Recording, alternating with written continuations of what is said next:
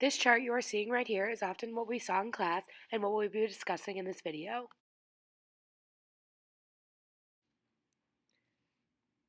Our first example is private goods. Private goods are rival goods and excludable. This means that in order to get the product, we need to pay money. In our first example, we went to Cyber Cafe. Cyber had an abundance of coffee in the morning, but sometimes excludable goods can permit someone to purchase them because they can run out if consumption is too high. When we want to buy some things in Walgreens, we have to pay for the goods that they have available.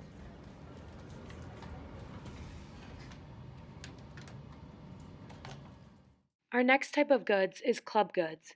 Club goods are also excludable but are non rival, which means that anyone who pays for the product can use it. Common examples are cable TV, education, and Netflix. For our first example, Yenny is watching television in her dorm room lobby. She is paying for her education at St. Mary's, which allows her to use the cable television. Anyone can watch TV if they are paying to live in that building, which makes this a club good. Our second example, we chose to drive through the Indiana Toll Road. Anyone can ride through the toll if paying the toll fee or by having an Easy Pass tag. This is another example of a club good.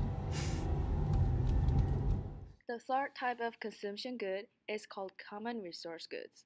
Common resource goods are goods that we do not need to pay to use it, which makes it a non-excludable good. In our first example, we chose to drive to a public parking lot. Luckily, we were able to find an available spot, but oftentimes stores are more crowded, in which makes the parking lots harder to find a spot, which is where the rivalry part comes in. In our second example, we went to the library. When we borrow books in the public library, anyone can borrow them, but if someone already checked them out, then the other person is unable to use them during that time. However, library books are free when you check them out, which makes them a common resource good.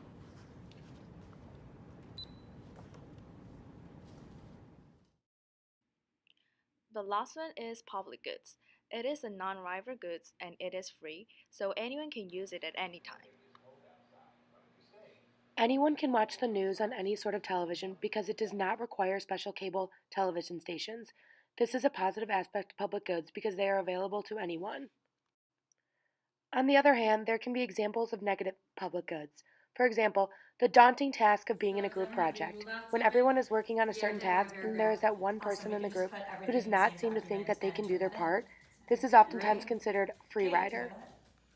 Sorry, what'd you say? Oh yeah, yeah. Whatever you guys put. Whatever you guys